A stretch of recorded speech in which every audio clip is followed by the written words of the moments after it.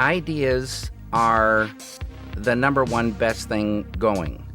And ideas come to us. We don't really create an idea. We just catch them, like fish. No chef ever takes credit for making the fish. It's just preparing the fish. So you get an idea, and it is like a seed.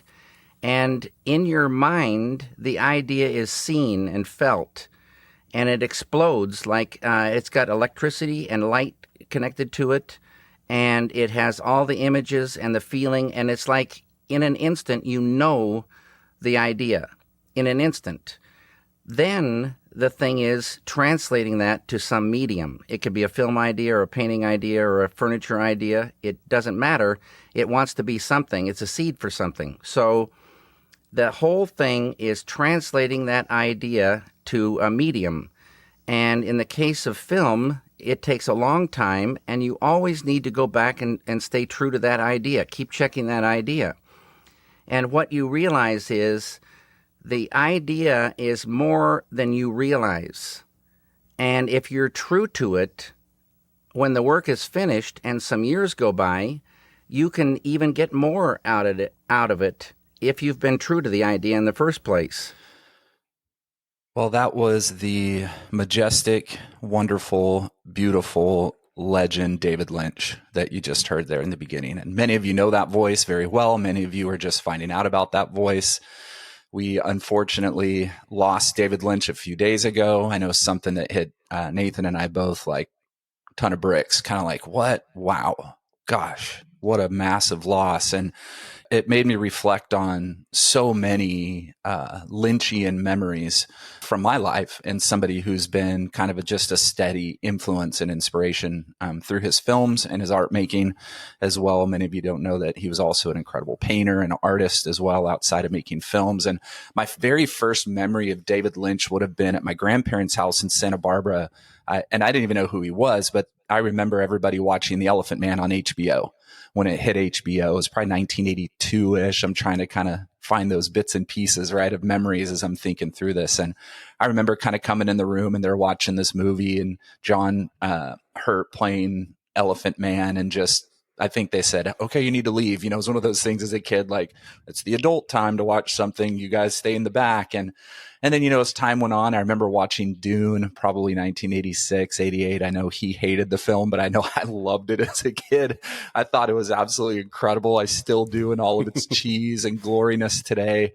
I watched it before the new Dune films came out again, and I still love it because of those memories as a kid. And of course, we all know Twin Peaks. Many of you have watched it maybe since COVID. It kind of resurfaced when he brought the new series back out and the old series resurfaced. So that was high school. I remember watching that in high school. And I really didn't know Lynch or Lynchian things until probably art school, when Eraserhead and all those films kind of became part of our conversations in art school. And I watched Eraserhead this morning before we jumped on.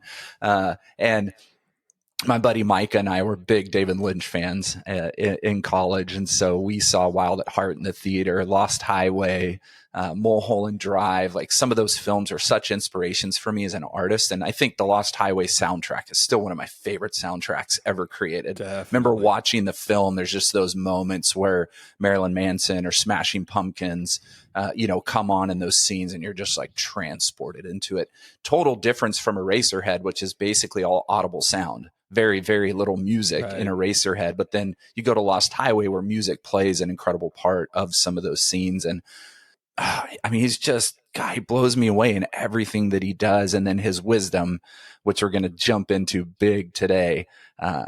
Just so many phenomenal things. And I mean, Chris Isaac's Wicked Game video, music video, that's an iconic music video that he did. And definitely encourage everybody to watch David Lynch, The Art is Life documentary as well. That's a fabulous documentary of him in his little studio, just talking about making. And we're going to talk a lot today about being true to your vision and really sticking to it. And so many things, Nathan, like, God, I'm so excited to jump into this today. Now you got me on the soundtrack. You got Lou Reed, Nine Inch Nails, Reznor, Pumpkins, Bowie.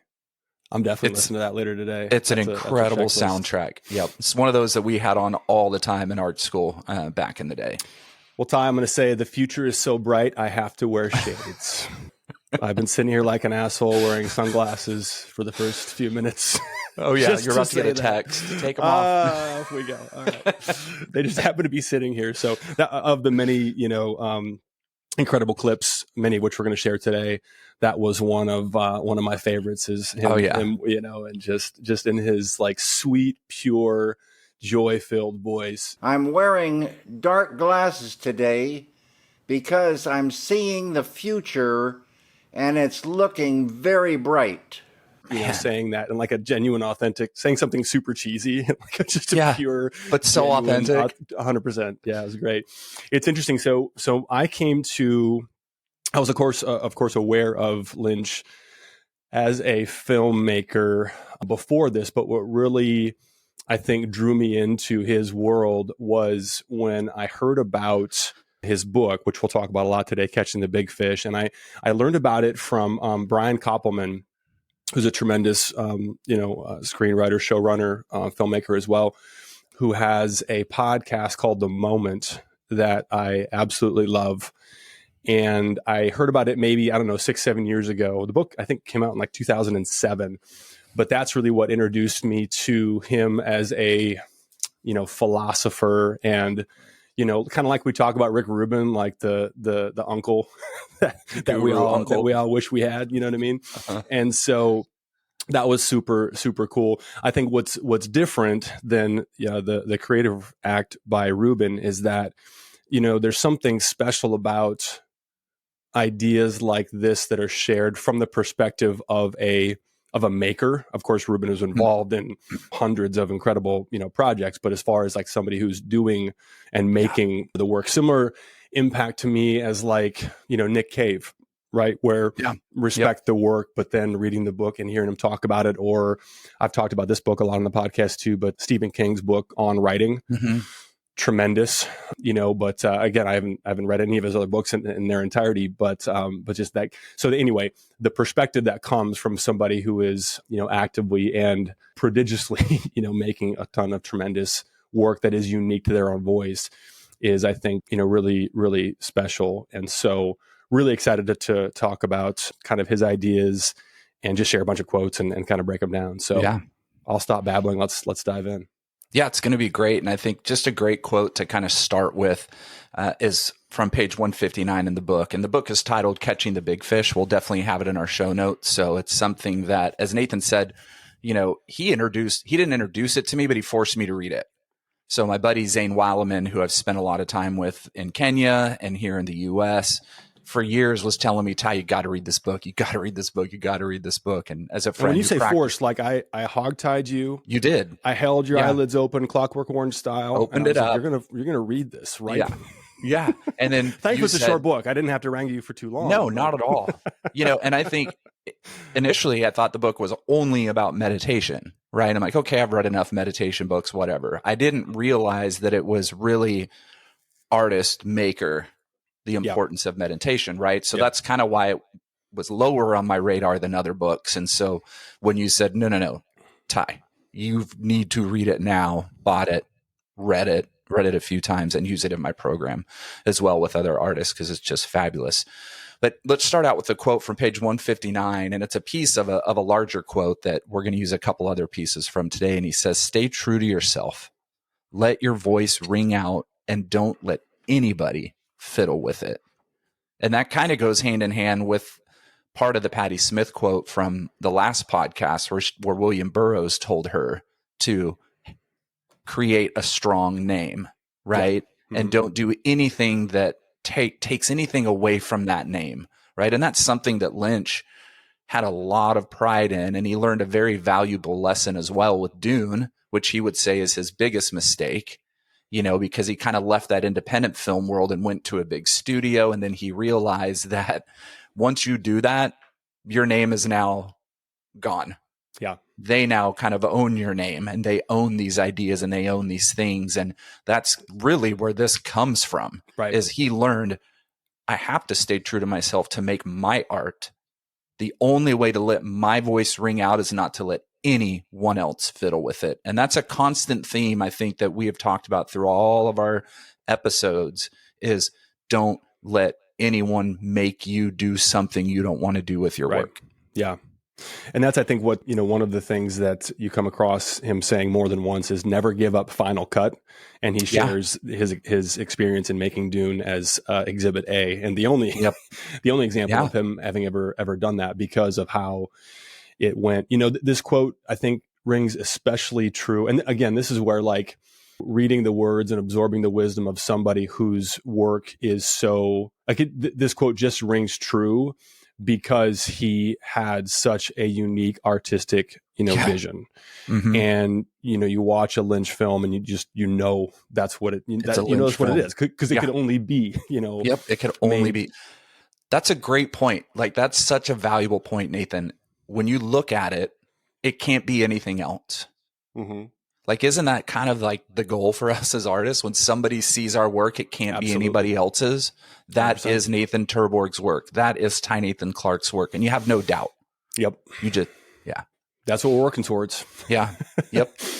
All right. Let's move on to our next quote because we got a whole pile of goodies to get into. Here, let's actually share this quote with Patti Smith sitting with Lynch.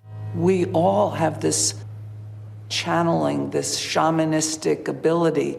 Some make more use of it than others. Do you have that experience? I get ideas in fragments, I always say.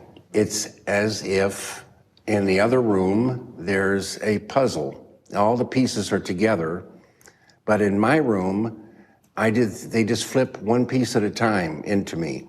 And a first piece I get is just a fragment of the whole puzzle, but I fall in love with this fragment. Yes. And I love this fragment, and it holds a promise for more, and I keep it, I write it down, and then I say that having the fragment is more bait on the hook, and it pulls in more, and the more that come in, the more faster the rest come in. I love this is great. I want a copy of what you just said. If you're watching the video version of this, I just love Patty's face. You know what I mean? She's just totally You can see like the respect and the admiration that she has for every word that's coming out of his mouth. Like that's what a magical moment between two people who are so groundbreakingly important over multiple genres of art, multiple. There's and then moment, watching her, if you just touched on it, but there's that moment where she makes an audible like it's literally like what he's saying. It's just capturing her heart so much that it just takes her breath away. It's absolutely beautiful. And can't you just picture this just so perfectly? Like just wanting to be, in the room. I mean, thankfully we get to watch the video and listen to the audio, but there's something about the way he says things so simply and elegantly, and the way that he puts things into words that immediately resonates and makes sense. Like obviously, Patti Smith had never heard that before, or she's a phenomenal actor and was behaving as though she had, but I'm pretty sure that was her first time hearing him say that. And you can just tell the way that it connects. And, we've both had that experience so many times. I'm sure our listeners have as well, of just like, oh, that's it. Yep. That's it. And to me, like, that's why it's so damn important, and I would say necessary as artists, for us to continue to seek out these words of wisdom, these nuggets, these little gems that when we can hold on to them, it's like, it's so valuable because we get to carry that with us into our own practice and apply these ideas. And there's something just so magical about when someone else can put things into words that we just kind of had like a general sense of maybe before, which is of course why it makes so much sense, when we hear it. It's just a beautiful thing, something we've all felt and something we're all chasing, is just that whole idea.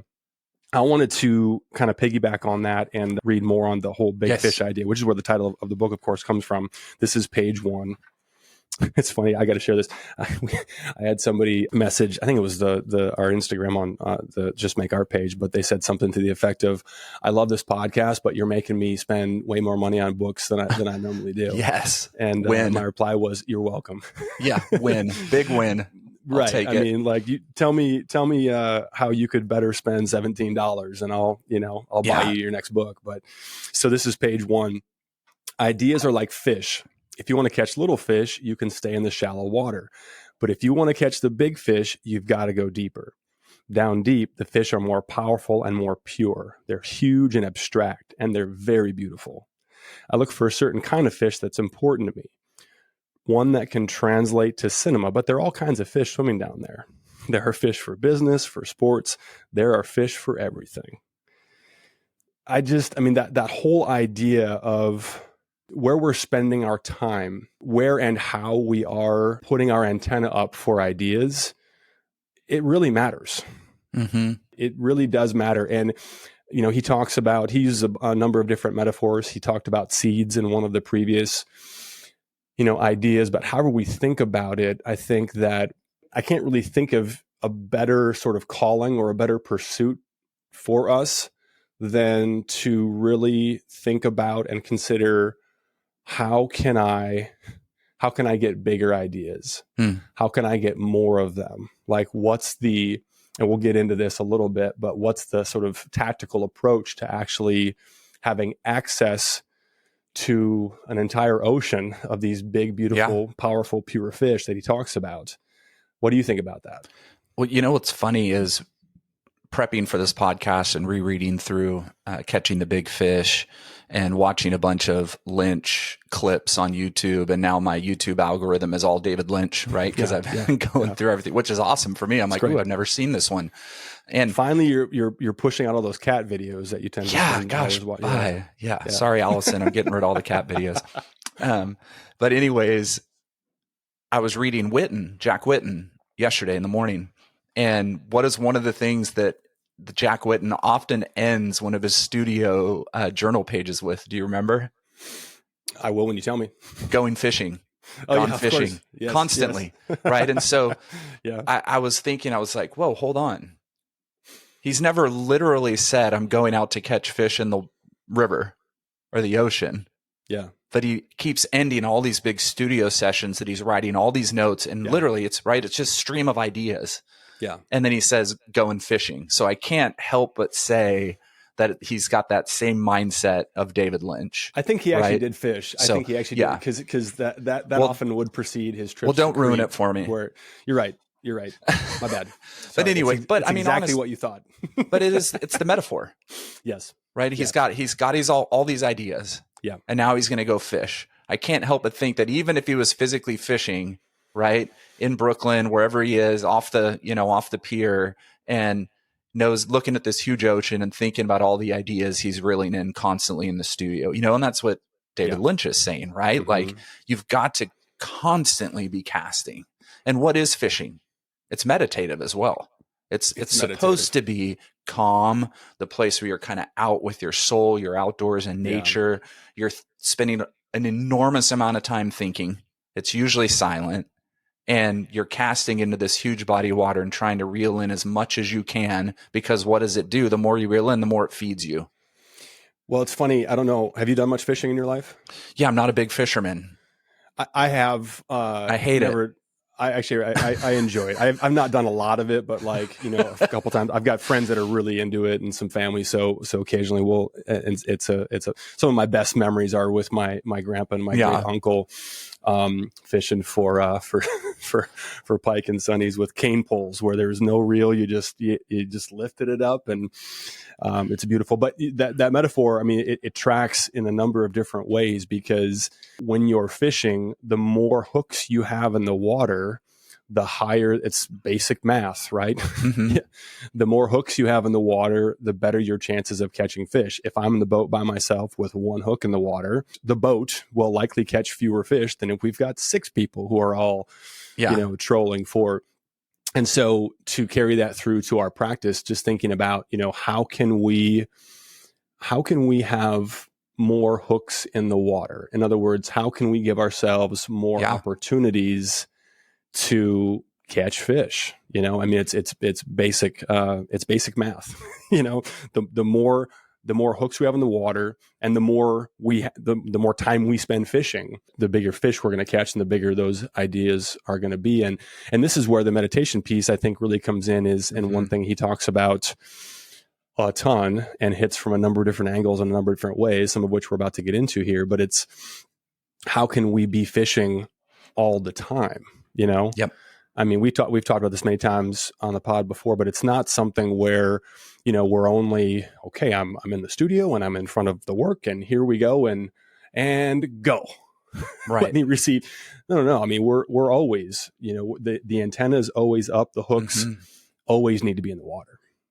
Yeah. And how do we become more aware of those ideas? Like, you know, the antenna always being up and always being pulled. How do we get to that point where we can be more aware of things?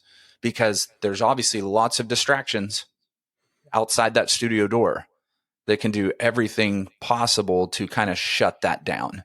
Right. How do we do that? You set up the next quote really well. Let's hear what Lynch says. You're up. If you have a golf ball size consciousness, when you read a book, you'll have a golf ball size understanding. When you look out, a golf ball size awareness. And when you wake up in the morning, a golf ball size wakefulness. But if you could expand that consciousness, then you read the book, more understanding. You look out, more awareness. And when you wake up, more wakefulness. It's consciousness. And there's an ocean of pure, vibrant consciousness inside each one of us. And it's right at the source and base of mind, right at the source of thought, and it's also at the source of all matter. I've got a lot of thoughts on that, but I first want to say that if you're not watching the YouTube version to see the video of him speaking, that's fine. Just go and find these videos. There's something I love about his mannerisms where he does this thing with his hands where he just, you can see, it's the kind of thing that an artist does, right? Like if you just what we do when we're trying to, I love it. I love his nonverbal communication when he's speaking. So you asked how, and Lynch would tell us this is exactly how. That meditation is for him the way to collect more of these ideas, to really to develop more awareness and wakefulness in everything that you do, which speaks directly to what we just talked about in terms of having more hooks in the water and having those hooks in the water, you know, all the time, not just some of the time. I wanted to share a quote from the book that pairs really well with something that I've got, you know, highlighted and underlined a couple of times in the book on page 57. And this is a very digestible book. You know, there's the sections are very short and to the point. This section is exactly one line, I guess technically just one sentence. And it reads like this: the thing about meditation is you become more and more you. Okay. I want to share. So let me kind of back up a little bit, I think. And I just want to share, like, I have been really curious and fascinated by meditation for probably, 14, 15 years, maybe longer than that.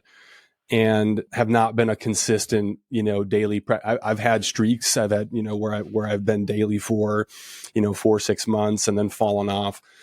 Very rarely have I gone, you know, more than a couple days without realizing, hey, it's time to sit down and get still and meditate.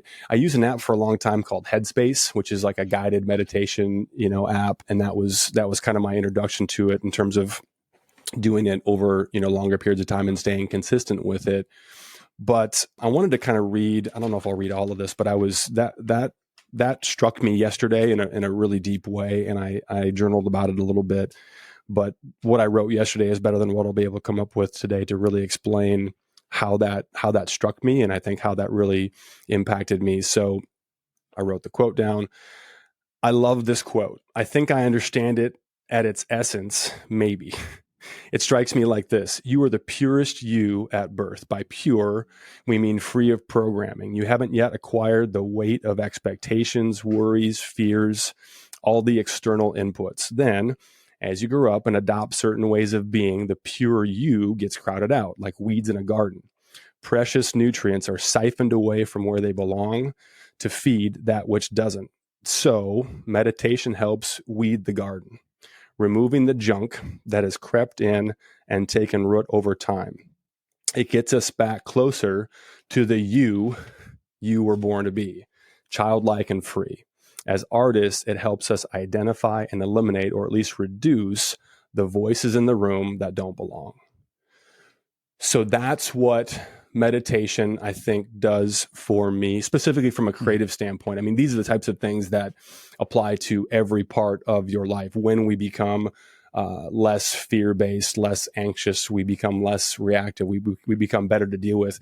There's a story that he shares where when he first started meditating, his first wife came to him after 2 weeks and said, "What's up?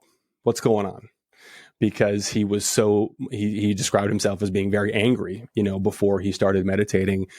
And so the change was noticeable almost immediately to the person that was in his life. So these things apply broadly to us as human beings, which of course then translates into the work as well. But I think that, the more junk, the more weeds that we can remove from the garden that are taking away those vital nutrients, the energy that should be put into our highest calling, the better off we're going to be as people. And certainly the more productive and creative we're going to be as artists. Yeah. But that got me thinking about something that you've talked about before too, Ty, which is the series that you did on, are we born fragmented and become whole? Or you say it, I'm going to butcher it if I try. Yeah, it was a series I did, I think it was 2016 maybe, or 2015, I can't remember, called Fragments. And the whole idea was just the kind of the philosophical, theological thought of, are we born whole and we become fragmented over life as we're broken down with trauma and things and experience, or are we born fragmented and over our life we become more whole? And really it was just me exploring that idea and those thoughts through my work, through painting, through my trauma, through the things that I've experienced in life, and trying not really to come to an answer, but just kind of working those thoughts out, but also thinking of, the whole concept of true self, false self, right? And something you kind of mentioned too, like feeling more true, right? And, I think it was the English psychoanalyst Donald Winnicott that created that whole idea and dichotomy of the false self and the true self, and really talking about true self being based on an authentic experience of feeling alive, having a real self with no contradiction. It's you. This is who I am and who I'm supposed to be. And I feel it and I know it. Then the false self, as a contrast, is this self created as a facade. It's like a defense that can lead to feeling just dead inside and empty and not yourself, right? It's a fake appearance of being real. So narcissism would be that side, right, of the false self. And I think what you're kind of talking about, what Lynch talks about as well, is that, let me read a quote on page 159 that kind of really goes into it deeper with meditation, right? As he says, it's important to experience that self, right? Because when you're meditating, you are you. You're just with you. There's nothing else there. Yeah. And he says that pure consciousness, when everything else is pushed away, everything else is pushed aside, and it's just purely you and your thought. And he says, it's really helped me, right? He's not saying you must do this. He's like, guys, this helped me. And I think it helped any filmmaker. And I think he would say any artist. And so he says, start diving within and enlivening that bliss consciousness, finding that true self, that center of you, and then really going there and emptying out of everything else and really being you. And I think with that series, that's kind of what I was doing in a way.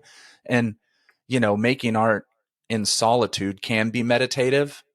That's not what we're really talking about here, but it can be meditative, and thinking through those thoughts and emptying out and unpacking story, unpacking life, and really trying to focus in on what I'm trying to say and where I'm going. It can be meditative.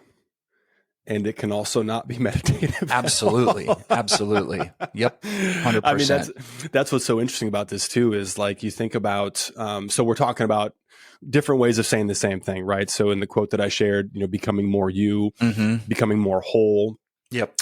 Spending more time in the true self. I mean, all of these things lead us back to pursuing a holistic existence where we are, fully integrated and who we were meant to be, right? I'm going to drop another quote in here from Abraham Lincoln that I think about a lot. And he said, "Give me 6 hours to chop down a tree, and I will spend the first 4 sharpening the axe." and to me, that perfectly describes what meditation is capable of and what it does for me creatively, in terms of that being a proactive act before creating, right? It's a pre-chopping activity that always pays for itself 10x or more. In other words, the sharper the axe, the more efficient each of those chops is going to be. It also works, I think, reactively, and I think about that. So when I'm on the beam and when I'm consistent, I'm doing it proactively. Sometime in the morning, the first hour of my day. When I'm not consistent, it tends to be more of a reactive thing where I just acknowledge, like, I'm not in the state that I want to be in. Like I'm not in a good place. And so even if it's just, Lynch was a very committed practitioner of transcendental meditation, which is 20 minutes twice a day. But even if it's 5 minutes, even if it's 10, I mean, like it's amazing to me how well it works and how often I'm just like, oh, I don't have time for that, right? Because I just want to keep swinging that fucking dull axe because it feels like action. It feels like activity, right? I'm very action and results, oriented by nature. So it feels like I just got to keep swinging. And meanwhile, meditation is just sitting right there with the whetstone and the like, hey, just give me 10 minutes. Give me 10 minutes with that axe and every chop will be that much more effective. So I think that meditation, it's a reset. It makes challenges and frustrations return to their right size. We want, I think, as human beings to be able to deal with life on life's terms and respond accordingly. This is, I can't remember where I heard this, but it's, if somebody says that Ty is reacting to the medication, that's not good. If you're getting treated for something, Ty's reacting to the medication, that's not good. We don't want reaction. Oh, Ty is responding to the medication. That's fantastic. Then it's doing what it's supposed to do. We want to respond.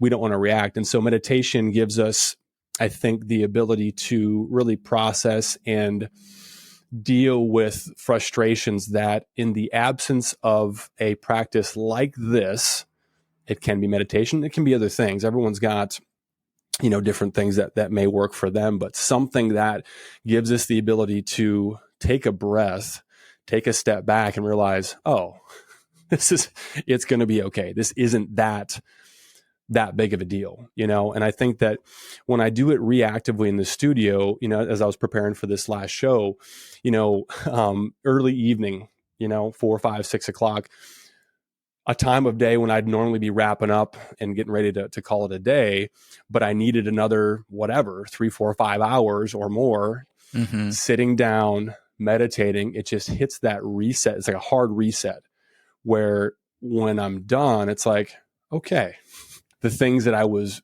ballooning and mushrooming in my head to be these massive challenges, most of which were completely just self-invented or created, just the monkey mind just chattering away. They take on their right size and they then allow us to get back after that tree with a properly sharpened axe. Yeah, and distraction, it comes in so many levels for us as artists, right?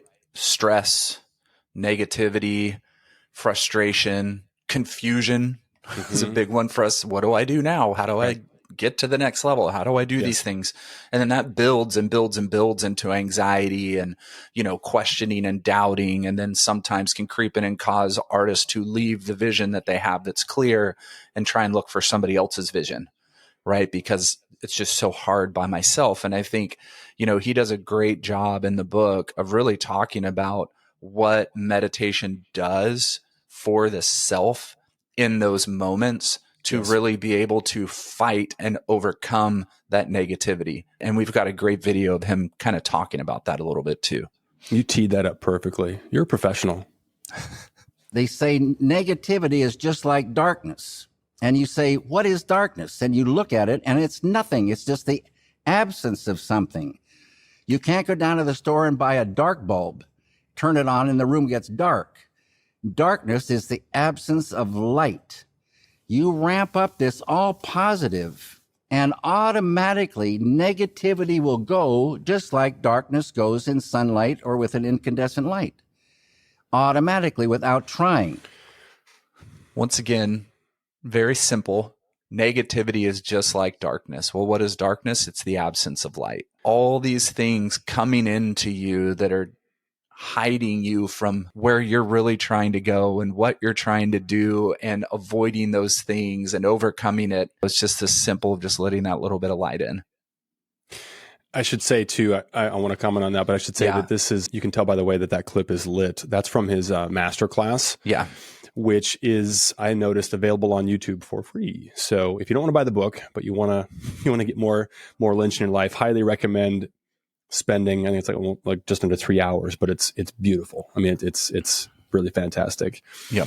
On that quote, if darkness is the absence of light, we have to find ways, whatever they might be, to find sources of light that automatically eliminate the darkness. And I think, as I was reflecting on that, darkness is inevitable in the absence of light. It doesn't mean anything other than there's no light. And I think it's easy to assign meaning to things that aren't real, or to assign inappropriate meaning, I should say, to things that aren't actually worth our energy. Again, just these ideas, the not good ideas, but bad ideation, the types of things that just can really just flood in, when there's not light. And when we have the ability to access that light and turn on the light bulb, not the dark bulb. I love how he puts that. Yeah. Darkness has no quarter. There's no place for it to exist because the light is there. Yeah, absolutely. And I love what he says on page 93 and 95 here, kind of discussing those in more practical terms for things that can come in and really hamper your ability to gather those ideas, right? And cast those lines to catch the ideas in the fish, as he says. And he says, I kind of paraphrase a little bit here, but he says, it's good for the artist to understand conflict and stress. Those things can give you ideas, but I guarantee you, if you have enough stress, you won't be able to create. And if you have enough conflict, it will just get in the way of your creativity. You can understand conflict, but you don't have to live in it. It's common sense. The more the artist is suffering, the less creative he is going to be. It's less likely that she is going to enjoy her work and less likely that the artist will be able to do really good work. And if you're an artist, you've got to know about anger without being restricted by it. In order to create, you have to have energy and you've got to have clarity. You have to be able to catch the ideas. You've got to be strong enough to fight unbelievable pressure and stress in this world. So it just makes sense to nurture the place where that strength and clarity and energy come from, to dive in and enliven it. It's a strange thing, but it's true in my experience. Bliss is like a flak jacket. It's a protecting thing. If you have enough bliss, it's invincibility. And when those negative things start lifting, you can catch more ideas and see them with greater understanding. You can get fired up more easily. You've got more energy and more clarity. Then you can really go to work and translate those ideas into one medium or another. That's beautiful.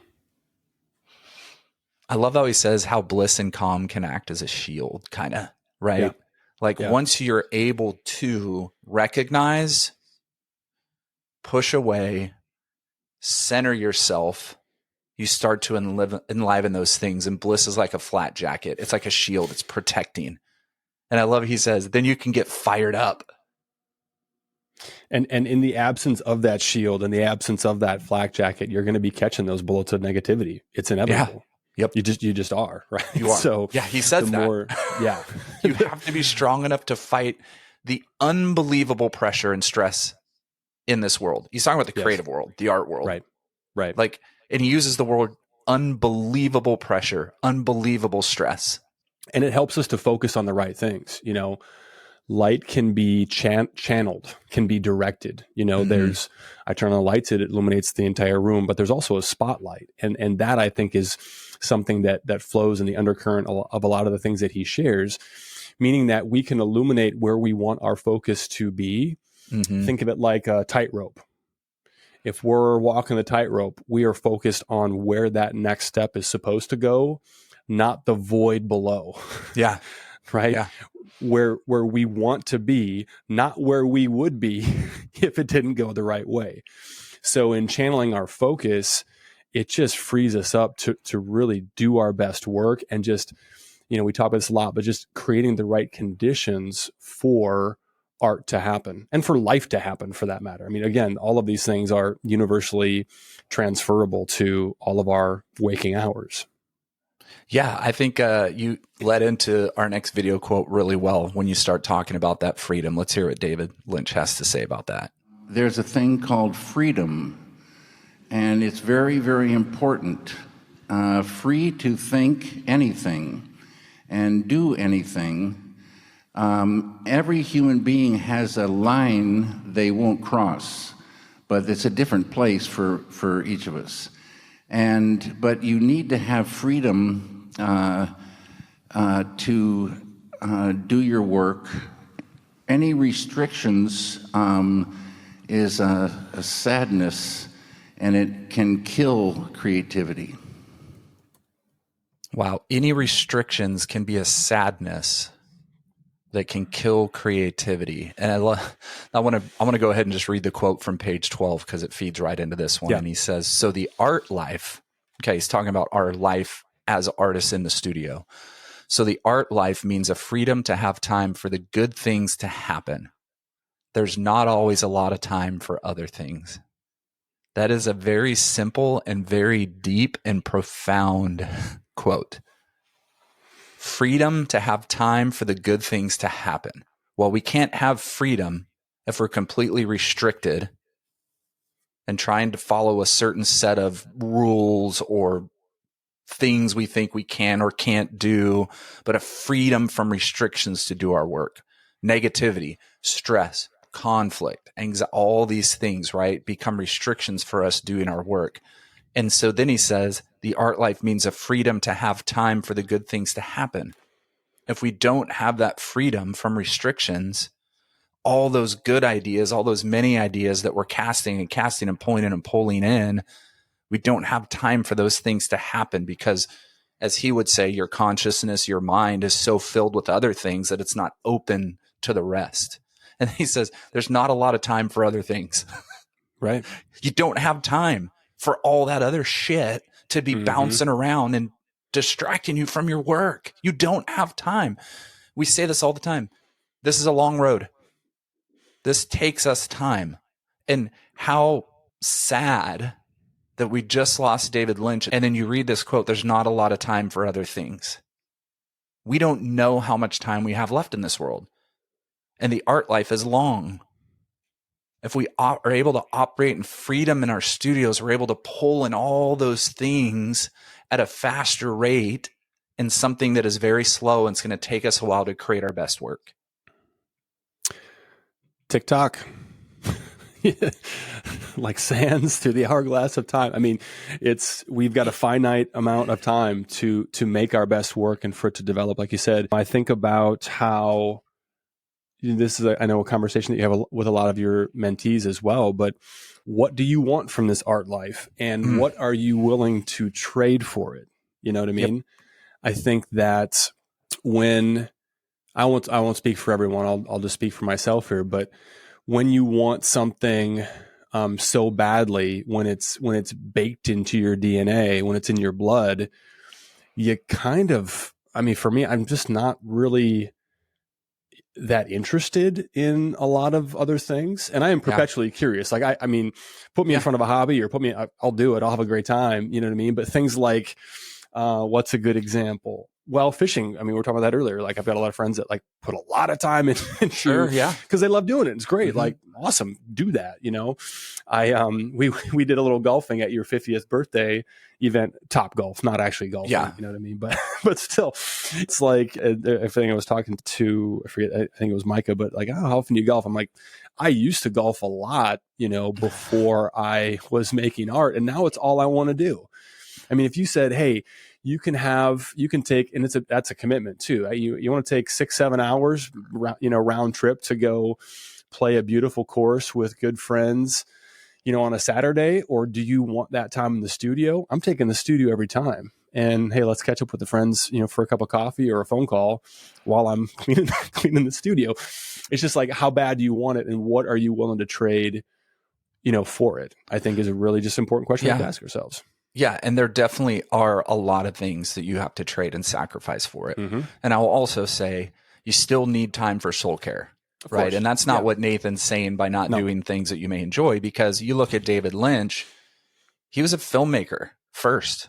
That was his thing, making films, writing scripts, directing, you know, all of that. But then what did he do in his other time? His soul care time was painting. He painted, and he identified as a painter as well. Like, yes, he did. An interview, like, when people, are you a painter? Are you a filmmaker? I am both. I'm a painter and a filmmaker. Yeah. And so you have these things, though, that there's still, like, I write, right? I would identify as a artist and a writer. Yeah. As an artist and a poet, whatever you would say. But I spend an enormous amount of time painting and making art than I do writing, you know, but I still write regularly. It's just not at the free, focus, driven, sacrifice moments of being in the studio and making art. Yeah, thank you for clarifying that. I certainly didn't mean eliminate your hobbies, abandon your loved ones. Yeah, screw my family, screw everything else I like to do. I'm just in the studio. Yeah, fall asleep with a paintbrush in your hand and wake up and get back to work. Well, and that's what David Lynch would say to him. That would be a suffering artist. Sure, and that is what that would suffocate the amount of creativity and enjoyment that you have in making good work, living that way. Yeah. And he talks a lot about awareness. That's what fundamentally what all of this is about. So just being aware and just asking those questions of like, all right, does this serve the greater goal? You know, if the greater goal is to make our best work possible and make our greatest contribution in that way, does this serve the greater goal? And what are the things for self-care, soul care that lead to that contribute to that, right? As opposed to pulling away, you know, from that. I'm a crappy golfer, so I'm leaving the course more frustrated than when I got there. You know what I mean? So that's not filling my cup. There's a quote from a book, Ty, that I am a big fan of, that I read a long time ago. It's called Essentialism. The name of the author is Greg McKeown, and the subtitle is The Disciplined Pursuit of Less. And I wanted to read a quote from that applies to what we're talking about here. He writes, "Essentialism is not about how to get more things done. It's about how to get the right things done. It doesn't mean just doing less for the sake of less either. It's about making the wisest possible investment of your time and energy in order to operate at our highest point of contribution by doing only what is essential." So the part of that I want to unpack a little bit is making the wisest possible investment of your time and energy in order to operate at your highest point of contribution. So really looking at like what matters. The things we say no to are just as important, sometimes way more important than the things we say yes to. When we say yes to something, we're saying no to everything else. If I commit an hour of my time or a week of my, whatever it is, that you're literally crossing every other possibility, you know, with that time, with that energy, with that focus, you know, across the list. I'll share one more quote here before we move on, but this is also from that same book. "You cannot overestimate the unimportance of practically everything." And when I started applying this idea to things, I started crossing things off the list. I was legitimately amazed at how many things I thought were critically important that I just stopped doing or crossed off the list that I didn't miss, that nobody missed, that just weren't really, that important. And so just having that as sort of essentialist mindset, I think just ties into what he's talking about as far as just, you have to, that's freedom. The art life is freedom, but you have to have time for the good things to happen. Yeah. And when we talk about time, right, and that operating in that freedom, I love what David Lynch says on page 12. And I know this is a quote that probably is possibly both of our favorite, maybe in this book. That's right. That's right. And he says it's always a process of building and then destroying. And then out of this destruction, discovering a thing and building on it. Nature plays a huge part in it. Putting difficult materials together, like baking something in sunlight, or using one material that fights another material and causes its own organic reaction. Then it's a matter of sitting back and studying it and studying it and studying it. And suddenly you find you're leaping out of your chair and going in and doing the next thing. I understand this absolute wholeheartedly. Yeah. When I read the book, I was like Patti Smith sitting next to David Lynch and going, yes, that's it. That's what I'm doing. That's exactly what I'm doing. And he reinforced in me, you're doing it the right way. And that's what I think sometimes is so important in reading that book or studying that artist from art history or whatever, is you go, yes, I am on the right track. I am doing the right thing. Thank you, David, for telling me I'm doing the right thing, because this is all I do, right? I sit there and I build and I build and I build, and I'm gathering ideas and gathering ideas. And then I'm going with the new ideas, and it's completely destroying everything I just built. Yeah. And then out of that destruction, I discover something new. And then I build on that and I go on that. And then I stop and I study it. I sit back and I look and I look and I spend time and I just watch and I talk to myself and looking at everything. And then all of a sudden, I've done it multiple times. I jump up out of my chair, or I run around the studio, or I hop on a skateboard in my studio, and and I'm just going, yes. All right, next thing, let's go. Yeah. No, it's beautiful. It does tie in really well with what we were just talking about, because it does require a certain type of freedom and willingness to destroy, to let go of the good in pursuit of the great. That's something that I really struggled with, I think, early on artistically, was, I got this cool little moment over here, I don't want to lose that. Or on its own, it's a neat little part, or it's something that is interesting, or something that I want to retain. But bring things full circle to one of my favorite Stephen King quotes from that book that I mentioned earlier is, "Kill your darlings." You may like it on its own, but if it doesn't serve the whole, it has to go. And he talked a lot about an interview that I was listening to. I'm going to paraphrase this, but he talked about that idea, this quote, kind of more in depth, in terms of how one idea would lead to the next. And before you know it, the seed is completely gone. It's completely destroyed, but it took that to get to this, right? It was that sort of, progression. And of course, this correlates directly to what I do in the studio and what I do with my work in terms of building things up and building up layers, and then breaking them down. Yeah. I actually shared this exact quote on a reel that I posted yesterday of me doing exactly that. But that's how I think about it is, this move might not work. This might this quote unquote ruin, whatever that part, but you have to have the freedom to risk it. Yeah. and see what might be. And I think that's a freedom that is developed over time, to have, faith in the process, that what is revealed, or what the seed leads to, the thing after the next thing, might actually be the thing, as opposed to just falling in love with the initial idea and feeling like you gotta just execute on just that first part, right? It's action and reaction. And all of that is operating in the mystery. Yeah. Because you don't know. Yeah. We can't know. We don't know. And if we're trying to know and trying to constantly grasp it and totally understand it, you're really putting yourself in a disservice of operating in that freedom, you know? And so we have to allow the mystery to exist. That's part of the freedom, is living in that mystery. And he says on page 79, I love going into another world and I love mysteries. If you've watched a David Lynch film, there are multiple worlds that exist in every film. It's not just one straight storyline through. So I don't really like to know very much ahead of time. I love that.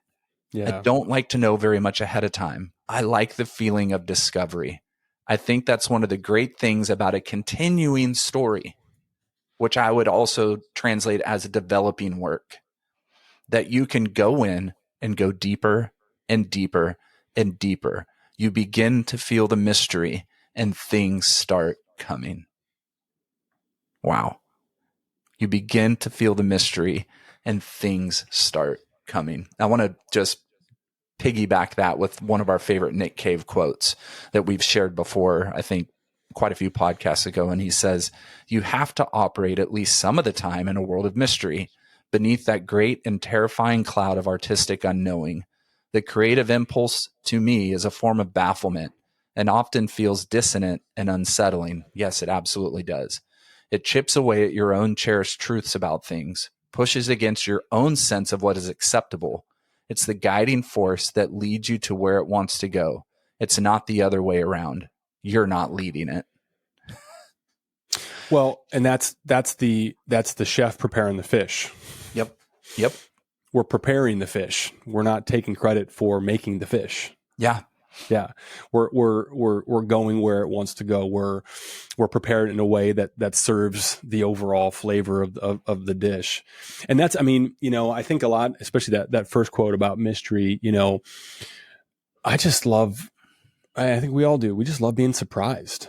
Yeah. I mean, those moments where we have that Patti Smith from the first quote sort of gasp of like, oh, wow. That moment of discovery. It's so perfect. It's so beautiful. It's so fulfilling because we don't know. Yeah. If we were just, making a paint by number, just think about a puzzle. His puzzle, from his puzzle metaphor, on my wife's side of the family, the in-laws, for Christmas time, they love getting a big puzzle and everyone kind of like chips in. And I'm like, guys, we know what it's going to look like at the end. It's right on the damn box. Like, what are we doing right now? I proudly was the only person at Christmas who didn't put a single piece in that puzzle, just because it's like, why do I want to? That's essentialism in practice. Why do I want to spend mental and emotional energy, even at Christmas, staring at something, just trying to put something together, just so we can get to an end that we already know how it's going to go. Yeah. Anything about like films, TV, whatever. Like, when you can predict the ending, it's kind of like, okay, yep, let me guess. Yeah, you're not predicting a Lynch ending. Right. Ever. And that's what's great about it. Yeah. That's what's beautiful about it. And that's, I think, what we're trying to do with our art as well. Well, and he operated that same way, because there's a great story in the book about running into Laura Dern, right, who was his neighbor, who's been in a number of his films. Yeah. And then he had this idea, because he had this little dream about something. And then he runs into her and he's like, oh, hey, got this idea. And then they go to do a little short. And then he sees something. And all of a sudden, these other ideas come, and he starts writing them down and kind of running with them. And then it turns into a feature film. Right. So after they were filming and doing the short, and then all of a sudden things start to happen in this. And then, those moments, like the story of placing the lighting tech in a room. I believe this was during Twin Peaks, just in a room, and then didn't even know why he had the person in the room, but it was an idea and he went with it, right? So he's just doing the next thing. But then after the cut, somebody said, oh, wait, we have to stop. So-and-so is sitting on the bed reflected in the mirror. And he goes, that's why I went with that idea, because that shot ended up being perfect. And he would have been a big missing link if that had not been reflected in so we don't know where those ideas take us. Right. But we have to be free enough to go deeper and deeper and deeper, and then feel the mystery, and then they start coming. It's funny you mentioned that. I didn't think of this until just now, but like he uses the word abstract and abstraction so many times. Mm-hmm. And, you think about for him, having the freedom that he had creatively to just drop those little things in there, knowing full well that people were going to read into it and have any number of conclusions about what that represented or what that symbolized. When in actuality, in many cases, it was just, I thought it was interesting. You know what I mean? It's almost always disappointing when music artists, musicians explain their lyrics, right? Because we've assigned meaning to certain things that we're sure, connects to this thing over here because that's what it means to us. Yeah. And they're like, no, it was just, it had the right number of syllables and we needed to finish the song. You're like, yeah. oh. Yep. I think But anyway, we have talked about that. Yeah. But it's just that freedom to be like, no, I'm going to leave that in there, you know, and pulling the thread and just being confident and free enough to follow where it leads. Yep. And then we've got a great video where he talks about that, taking those ideas and then figuring out how to run with them. And so you just stay alert, do your work, don't worry about the world going by. It doesn't mean that you can sit around and not do anything. You've got to get your butt in gear and do it. And don't take no for an answer. Translate those ideas to cinema or to a painting or to whatever. And figure out a way to get it done. This is something that I'm constantly trying, I think with quite a bit of success, but at times it doesn't always come through, to really enforce into any of the artists that go through my program that I work with. And it's figuring out those ways to stay alert, right? To be open in that freedom and the mystery, all these things that we've already talked about in the episode, so that you can gather, so that you're shutting off the world outside your studio and you're just able to be your true self and gather. Now, have our butt in gear. Yeah. We have to be driven, like we talked about. There's things you're going to have to sacrifice. That's butt in gear. You've got to be working and doing things and trying. And man, don't take no for an answer. I can't tell you how many times I hear from artists in my program, I got a message from somebody, from this guy totally mansplaining to me about how I shouldn't use this on this material or that on that material. You're doing it the wrong way. I'm like, I just had this conversation with one of my current artists, and she had some guy on Instagram mansplaining to her materials and things. And I was like, no, you do what you want to do. Yeah. You do what you want to do. You make what you want to make, right? You have to be able to shut all that shit out so that you can translate those ideas, like he said, because interference distracts us from those ideas. And now we start to gather what other people's ideas are for where we want to go. Yeah. And we start bringing the world in, and then it just interferes with everything. And I think that's really part of that big focus for him on meditation. That's what helps him stay David Lynch, to stay focused on his ideas and not have any conformity to others who are trying to control. Because I guarantee there were people, even at 74, 75 years old, trying to kind of point David in directions. I can guarantee he was getting studio calls and emails and people like, hey, you should try this, do this. Here's my this. And he's shutting that off through his practice of meditation to be able to be focused and translate all those ideas that he has constantly coming in. The part of that really strikes me is the don't worry about the world going by. Yeah. Circling back to that idea of essentialism and just being intentional about where we put our energy. I would never presume to tell somebody what they should or should not be thinking about or putting energy into. But I would absolutely say that having a series of conversations with ourselves around, is this worthy of my energy? Understanding that me focusing on this thing, whatever it is means that I'm not focusing on the big thing or the big things that really matter, that I can actually influence in a positive way. I was thinking a lot about the David Foster Wallace piece, This is Water. We've talked about this. And the whole, I mean, what strikes me the most about that, and what I love so much about it, it was written as a commencement speech. Yep.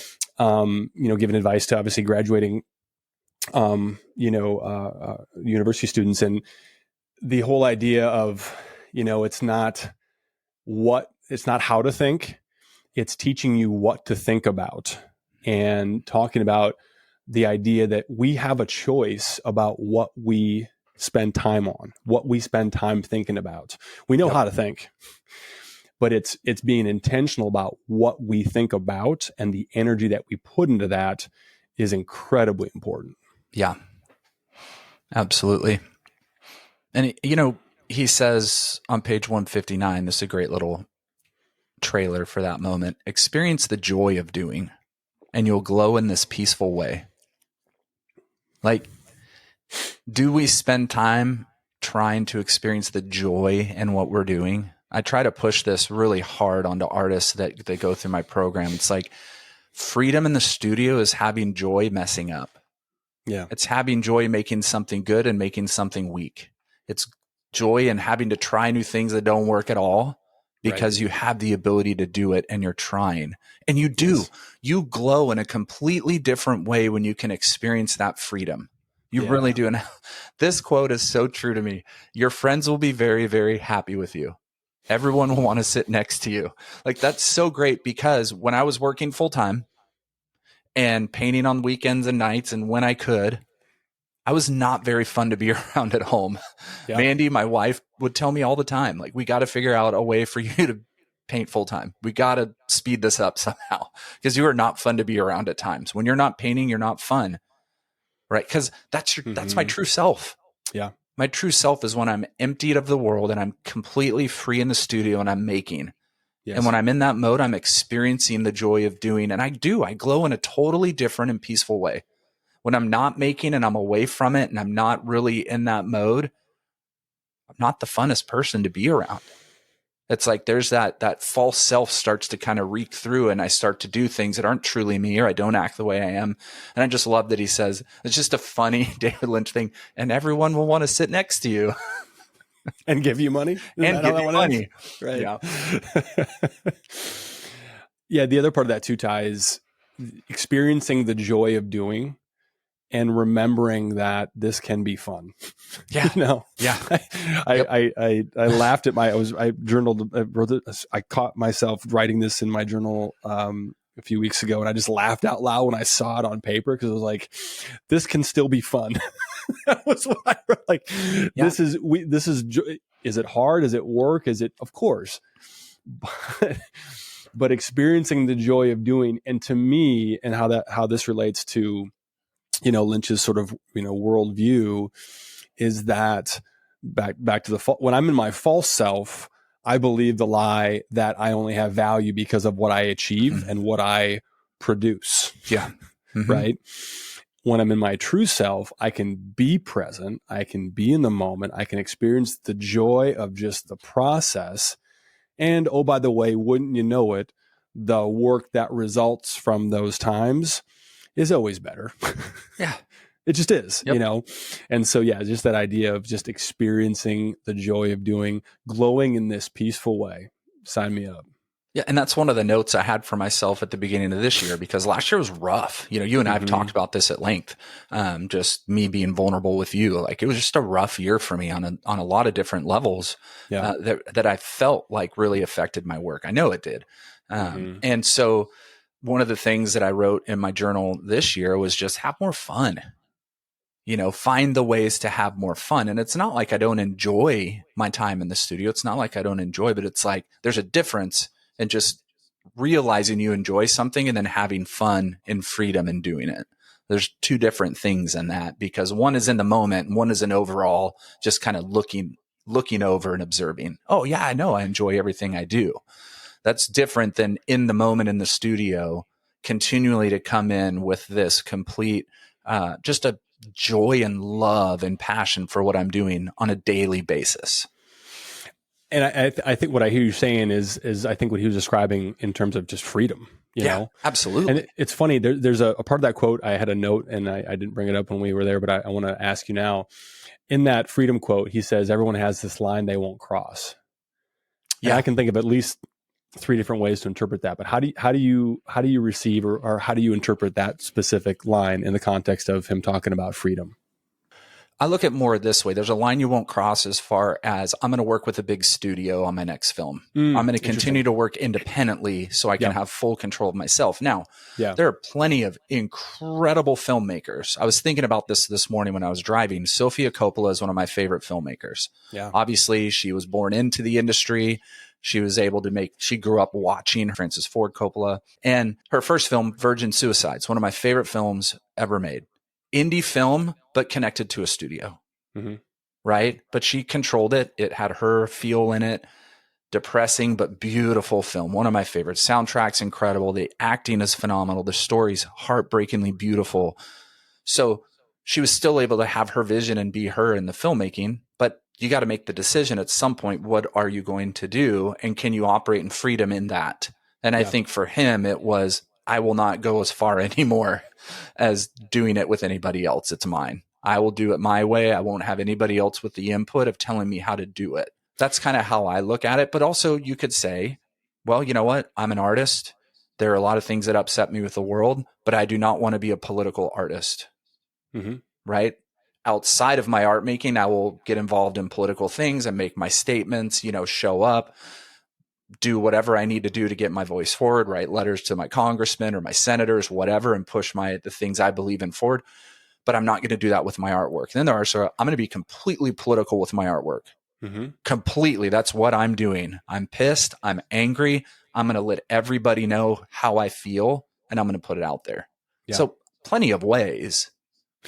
Well, and that's the whole point, right? Is like, it's our line. Yes.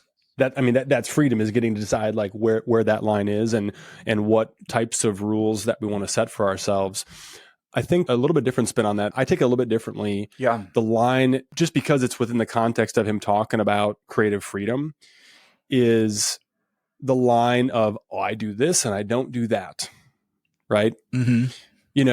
You get the feel, and it's pretty obvious in watching his films, that there wasn't any idea that was off the table. None. Zero. Right. Like, it was all like, okay, well, maybe, right. Trusting himself, trusting his intuition, which he talked about a ton. But I think that the freedom comes from moving the line, having fun, and saying like, oh, I thought the line was here as far as this is what I do and how I do things. But what if I moved a little bit? What if the line was maybe over here? What if there was no line over here and I just kept going until I just ran out of real estate or fell off the edge of who knows? That to me is fun. That's just what got me thinking about that when you're talking about having fun in the studio, being free, is deciding like, maybe it's time to move the line a little bit. Maybe it's time to just try something. I know you got a new toy that you're excited to use, and I don't want to got a few blow the surprise for people, but yeah, that's it, right? Is like, I was doing this, but now I'm doing this too. And boy, maybe I'll even blend them together, and then what? Well, and that's and that's part of that freedom of taking all those ideas, and we're going to jump into this now in our next segment, capturing them so that we don't forget them, right? Small ideas to big ideas, lots of ideas to a few ideas, capturing them, gathering them somewhere, and then revisiting them over time and watching them grow into actuality, from kind of ideation to actually doing it. And for me, where I'm going with my work, I won't really talk about it because I'm still in that nurturing gardening phase of getting those seeds watered and trying to work on it, was things in my work that continued to happen that were very important to me, but wanting to take them to a much larger, much more physical feel than smaller and minute, and trying to figure out the ways I could do that. How can I take these ideas? Because something was telling me, you got to go here, you got to go here, you got to go here. So then moving forward on that. And David has a great quote to kind of intro us jumping into that. Let's play it. We don't know what to do without an idea. And the idea tells us everything. So it's common sense that ideas are super important. And I love the idea of catching ideas, and they're out there, millions and millions of ideas, and we don't know them until they enter the conscious mind. And then we know them, and we see them and hear them and feel them. We know the mood of them, even if it's just a small fragment of what could be a whole film or a painting or whatever. We fall in love with it for some reason. Something inside of us says, this is a great idea for me. And then you write that idea down on a piece of paper in such a way that when you read what you wrote, the idea comes back in full. Super important to write down your ideas so you don't forget them. I think I've forgotten 3 incredible ideas in my life. So write down your ideas and save them, because it's very important. I think I've forgotten a lot of ideas in my life. Him only forgetting 3 is magnificent. Yeah, that's you're batting pretty near 1,000 at that point. Yeah, seriously. This is something that you and I, obviously we have harped on this constantly in different episodes. And this is something that you and I think, we're professionals in that aspect of, we write things down constantly and journal. And I think for me, I do it because there was a period of time where I wasn't doing it. And then I would wake up one morning and go, oh, I know yesterday I had this grand idea of something and it's gone. Yeah. Never to be recovered again. Mm-hmm. Could that have been the next great painting? Could that have been the next screenplay or the next novel? Whatever that looks like for any of us, the next great idea for dance choreography, if you're an artist in any genre of the arts, right? We're not just talking about painters or visual artists here. We're talking about all arts. You are an idea generator. You are constantly, you can't not be. You're in it, you're involved, you're watching something, you're creating, you're visualizing. If you're not writing these things down or keeping track of them somehow, you're starving us of something that you could contribute to the arts, to people outside of the arts, right? That can influence, inspire, and do those things. And I know we're going to really get into documenting these and kind of what we do and ideas for it. But man, we're kind of transitioning into tactical, tips here and just things that can be done with some of the great ideas that we've been discussing from Lynch. I think writing things down just kind of popped in my head as you were talking. Not a big fish, a little fish just came in my head, but there's capturing the ideas that have come. If you're actually fishing, boats have these things called live wells nice boats anyway, right? Where you put the fish, and that's where now we got that fish. We know it's going to be there when we get out and whatever. But there's also, I think, in terms of writing things down, ideas come. Fish jump in the freaking boat. For me anyway, in the process of writing. In other words, I'll start to capture an idea or write it, and then wouldn't you know it, something just mystical, magical happens where just the pen keeps moving, and that idea becomes more fully formed. Like he talks about other fish, because they like being around their own kind, they jump on, and now all of a sudden you've got, because you sat down, invested the time to capture the one, it then becomes many, and it then becomes a bigger fish. It becomes more fully developed. And that to me is just like, I mean, I don't know. I cannot imagine being a working artist or a creative of any kind without having some type of way of logging and capturing ideas. I mean, I just think about, I said this to somebody recently. I said, if all I do is execute on the ideas that I've got written in my journals, it would still take me, 5 more lifetimes. Yeah. which mean, and they're not all good. They're Yeah, mostly sure. not good ideas. Like, let's be clear. Like, these are not all, but some of them are, and so at a certain point, it does come down to, discernment in determining, like, all right, which of these am I really going to put into practice? But just knowing, it just feels so good to know, like, I got it. I have it.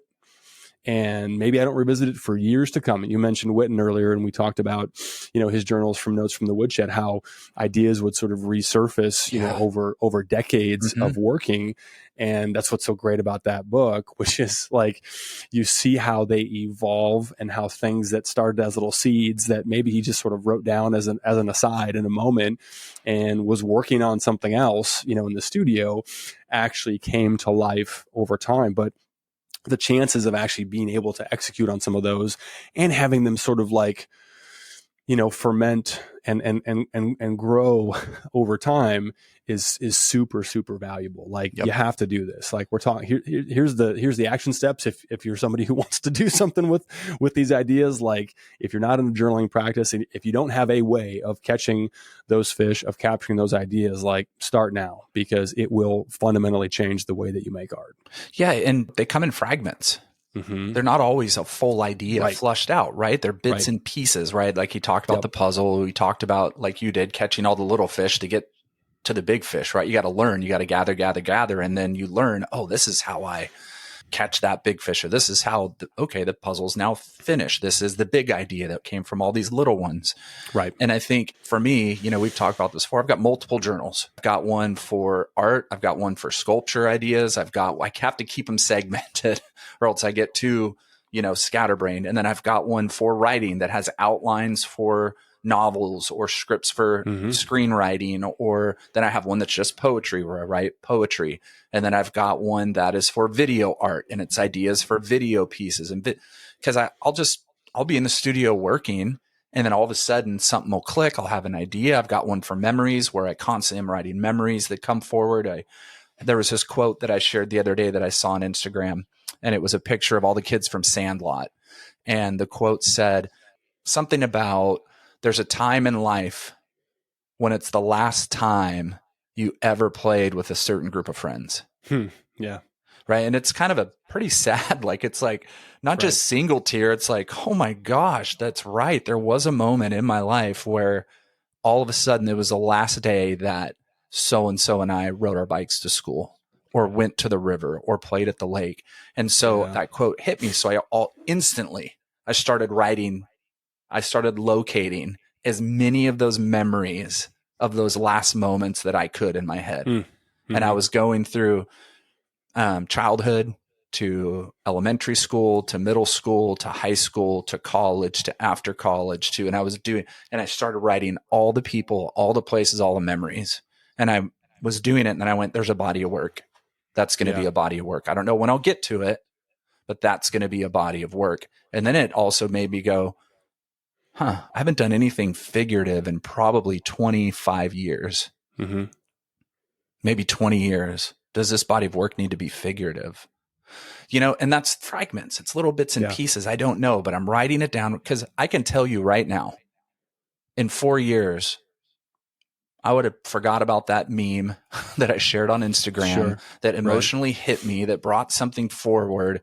No way I probably wouldn't even have remembered it today. Right. Screenshotted it, I wrote it down, and I started writing. So it's important. We have to respect those when they come. We're artists, people. We're creators. We have to respect those when they come. What's the best way to respect it? Capture it. And that's honoring the idea. Yeah. That is also sort of, it reinforces that wiring for more ideas to come. Yep. And as you're talking too, I'm thinking about how much it actually frees up a lot of our hard drive, so to speak, right? It makes it, for me anyway, it makes it way more just simple to get back to work on the thing that I'm actually doing at the time, as opposed to if I don't write it down, or if we don't capture it, then it's just kind of like there, it's kind of like interrupting the frequency of, what we're actually intending to work on at the time. Once we capture it, once it's cool, now we can go back to, what we were doing at the moment, without that nagging feeling of like, oh, I don't want to forget this. let's wrap up, Ty, with Yeah. some sort of tips and takeaways and things that people might want to do. We just talked about the first one, which is, carry a sketchbook, a voice recorder, photos, screenshots, videos. There's never been a better time in history to capture things very easily with the device that, for better and for worse, you probably have in your pocket, most of the time. And so this is where, again, like the art life that Lynch talks about, where we have hooks in the water all the time. We're receiving ideas, hopefully, throughout our day, throughout our waking hours, not just when we're in the studio.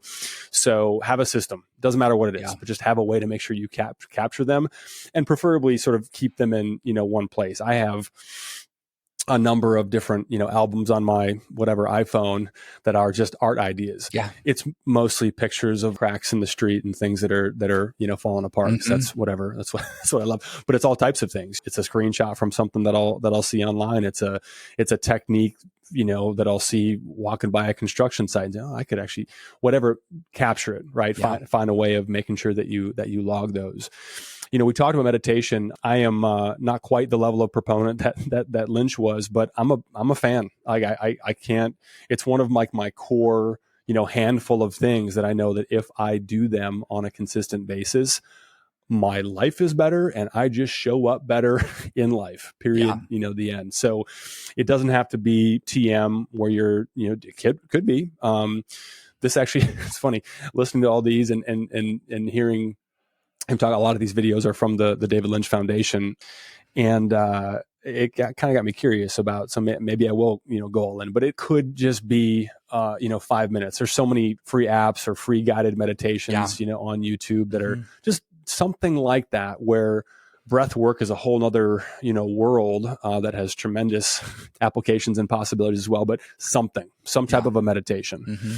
And then the last thing that we had talked about was having a setup. This is actually something that I've mentioned in previous podcasts. When I mentioned this book, this is the thing that I probably talk about the most. So this is the last thing we'll read from the book here before we close with another audio of Lynch. But this is from page 125 of the book. Having a setup.